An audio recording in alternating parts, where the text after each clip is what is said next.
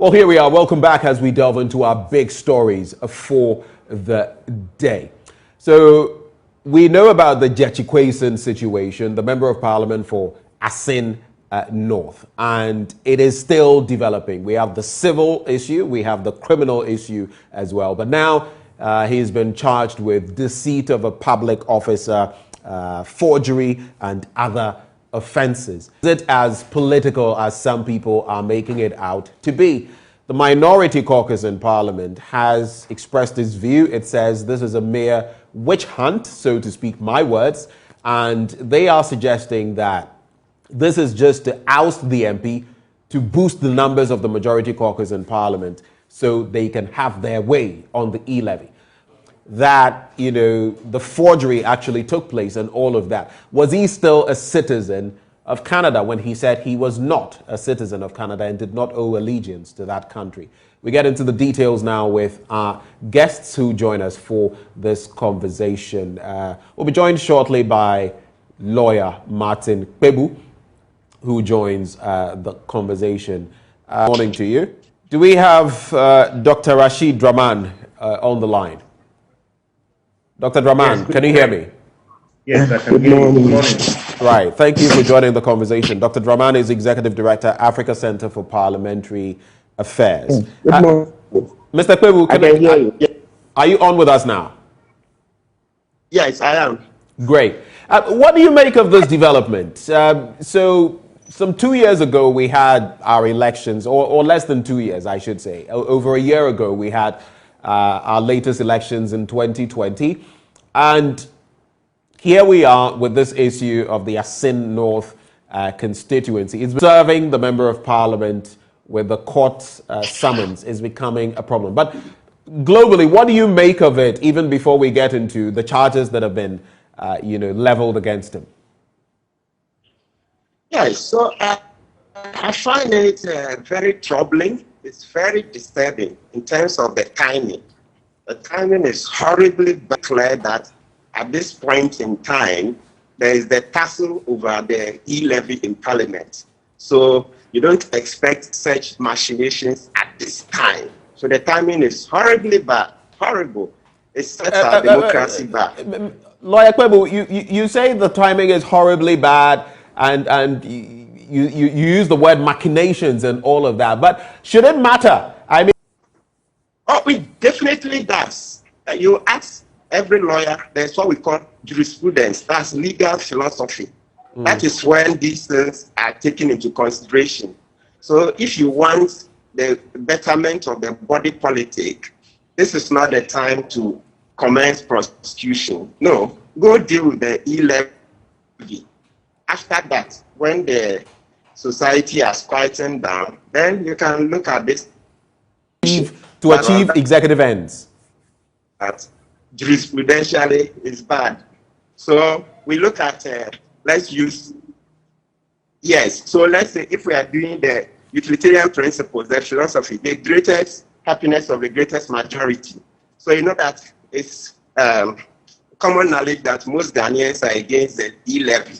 So where you seek to, then straight away, it's normal for citizens to think that this is just meant to tip the balance of power in favor of the majority. Is that what you think? From where you sit, is that what you genuinely think? Did you say without a doubt? Could you repeat that? Yes, I said that's what I think, without a doubt. That's it. That's it. If it happens to be coincidence, too bad. But the timing is horribly bad. As I said, it sets our democracy back a few notches. Looking at the charges, that have been leveled against him, forgery, deceit of a public officer, in fact, five counts of deceit of a public officer, forgery of passport or travel certificate, knowingly making a false statutory declaration, perjury, and false declaration for office. If you follow the trajectory, the story is Jachikwason, but with these things that he has been done, or he has done, what do you make of it? Is it the right process being followed as far as Jachikwason is concerned? As a practicing... Hello, Lawyer Kpebu. If you could start again, the connection is breaking. Practically, usually would like to take it one day at a time. So they do one before they go to the other. Because, there's that sense that let's just give the person a good opportunity to defend himself. So ordinarily, you expect that they will finish the civil case before they come to the criminal case. We appear to have both at the same time, but we are looking at the practical situation. Rather, you do one before the other, so that the person can concentrate fully on one at the same. And started with one, he sends all his mind, attention, and they can come to the criminal case. You remember Adamu Sakandi? You remember the Adamu Sakandi case? Yes. You see, so it helps to do one at a time. Right.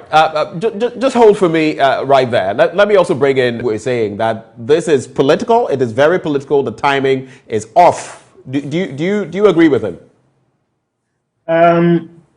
Perhaps my take on this is to look at this more from, came to light on the morning of January 7th. Today we are January 7, 2021. Today we are February 2022. Why is it the parliament where the balance of power is very tight, a matter of this nature could not have been resolved a very long time ago? In some countries are dealt with immediately, because they have the tendency to tilt the balance. They have the tendency to famous for what we used to know in the well, the connection being a bit tricky there. We'll try to reconnect with Dr. Draman.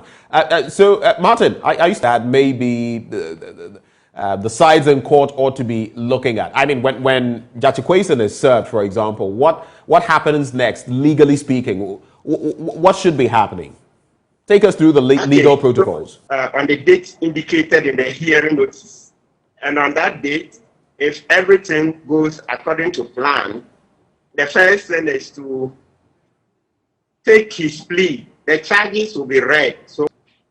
So the guilty or not guilty is step 2. The charges being read is step 1. Then you go to step 3, which is the application for bail. So his lawyers will apply for bail, and being a member of parliament, he's a big opinion leader, so he's not licensed. Being a member of parliament, such applications are granted. Then they would now come to the next step, which is that the prosecution has to serve him with all the documents they intend to rely on. All the documents, so we call it disclosures. Then they will say, okay, so serve him before 10th of March, and that they should come back to court 10th of March for what we call CMC, Case Management Conference.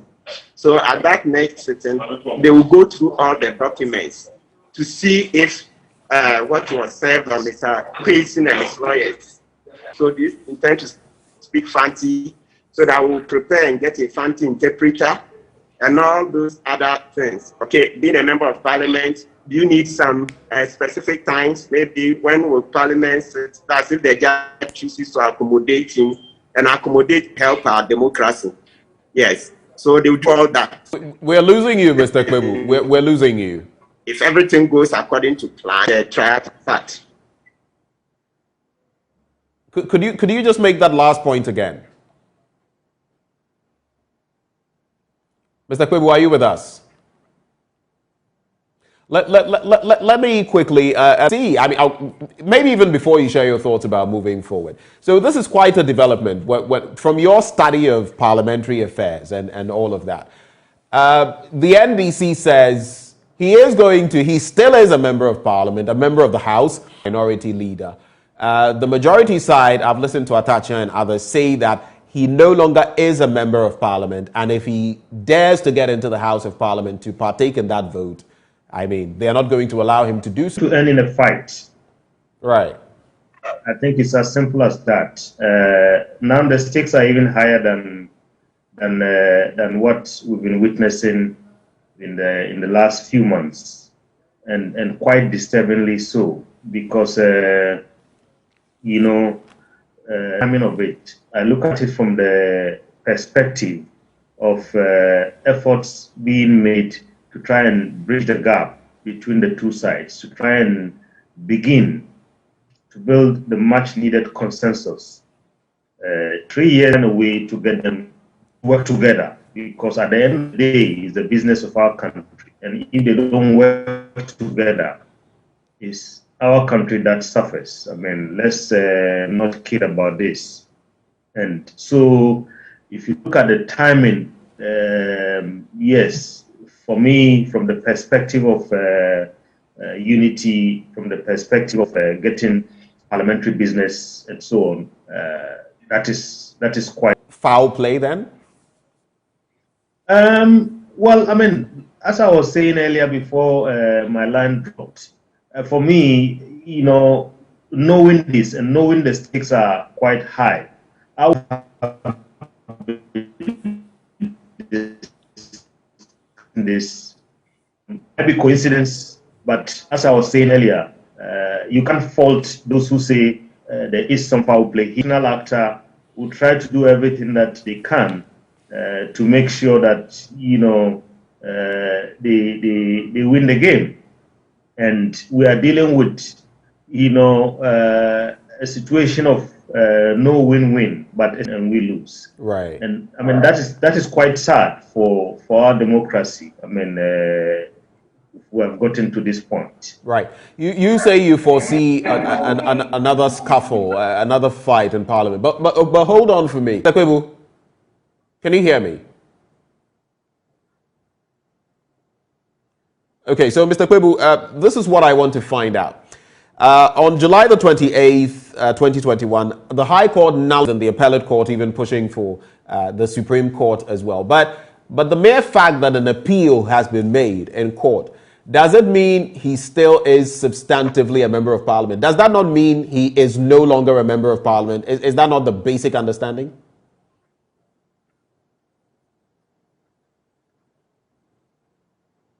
We will try to... right. Did you get the question, Mr. Kwebu? All right. So when you can interact with us, when you can get to us, just let me know whether you got the question or if you want me to, or whether you want me to repeat it, and I'll do that. We'll get back to Mr. Kwebu as and when he can address the question I posed. I mean, from the legal aspect, we'd like to find out what that means. Is he still a member of Parliament? If not, should we even be here having this conversation? So, Dr. Draman, here we are, murky with the law. You're not a lawyer, so to speak, but when you look at the fact that now the summons are supposed to be served, not through the circuit of Parliament where the Speaker would have to do this, but on his person, and it's getting very personal with regard to Jachikwe. I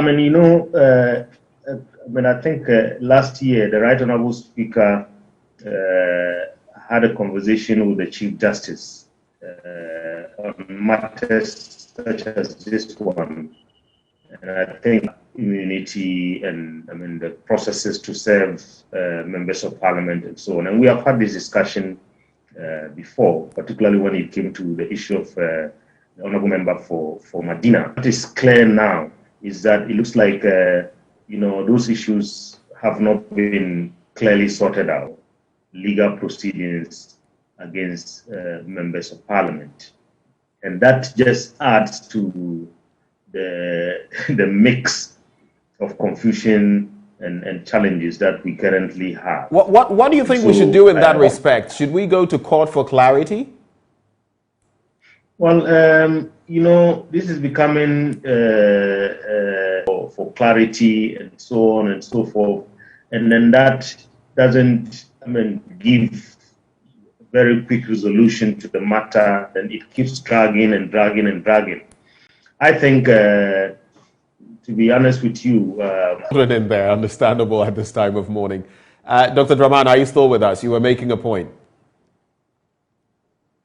Hello, Dr. Yes, I Daman. was making a point. Right. Yes, I was making a point. I was saying that you know my kids are disturbing here. Just give me 1 minute. I Yeah. right. So I was. I mean, I've even lost my train of thought. What was your question again? Sorry. So I was asking about the situation, and you were talking about the executive and its relationship with the legislature.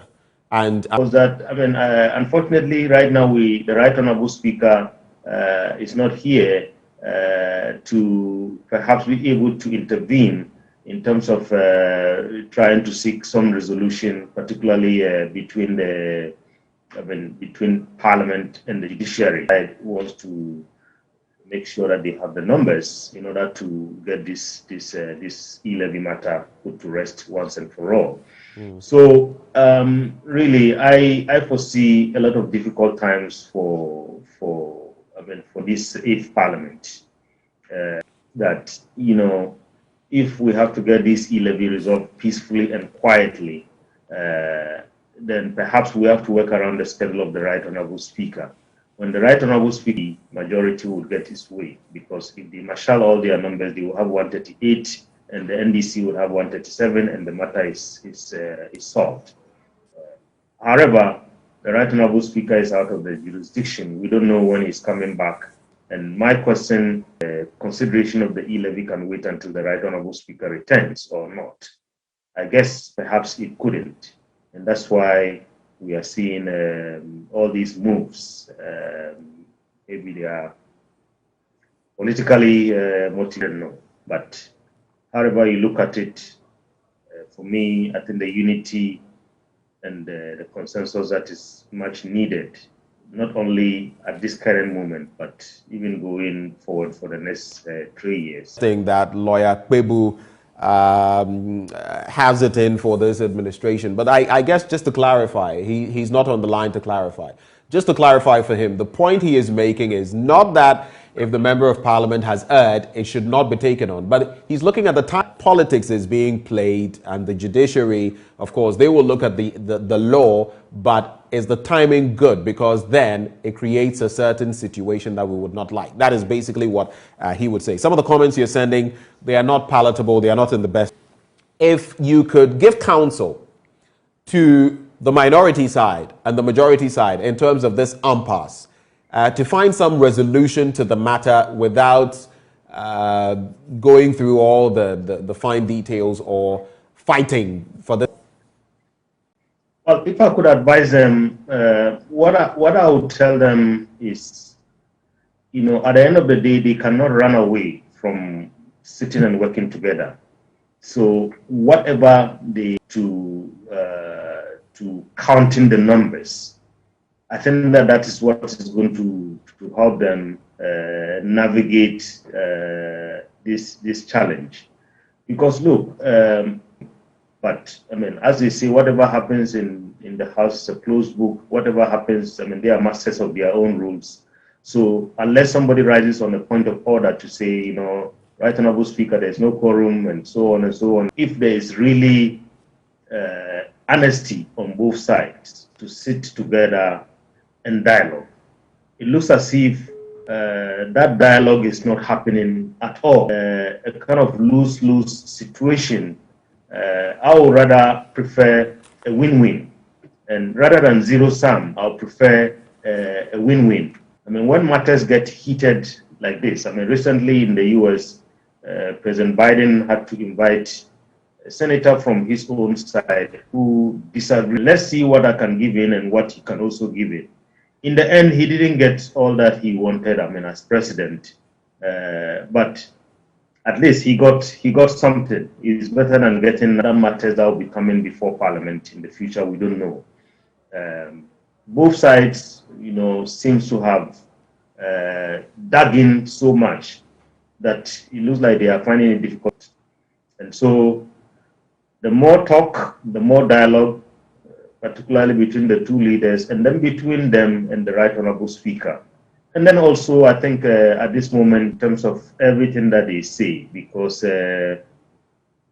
citizens read headlines, and sometimes people don't have time to go into the fine details, and members of their caucuses hurt the process of trying to build consensus and compromise. And I think at this time, everybody must be, very, very cautious because of the times in which we live and because of what is happening in our neighborhood. I think we need to get our politics right. We need to show leadership, and they can work together and think about the interests of our country, rather than maybe the perception that each side is now perceiving party position and party interest. Right. To wrap the conversation with you, it would have been interesting. We'll get to Lawyer Kpebu shortly to give us the legal dynamics. But I just wanted to run by you as well this issue, especially as you're talking about leadership. It has to do, I'm sure you've heard of the Takrady MP, MCE, right? That he would, transfer him and all of that.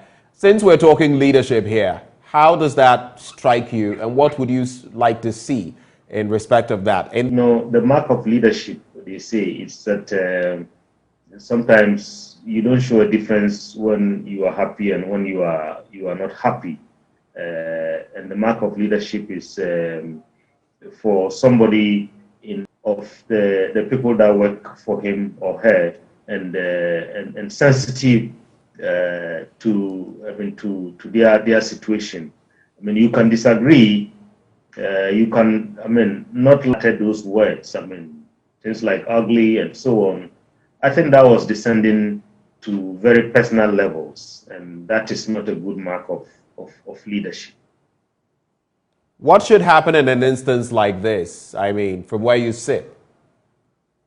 Well, we live in a country in responsibility, and accepting that they are wrong and they need to step aside. In many countries, somebody like this would have attended this strategy.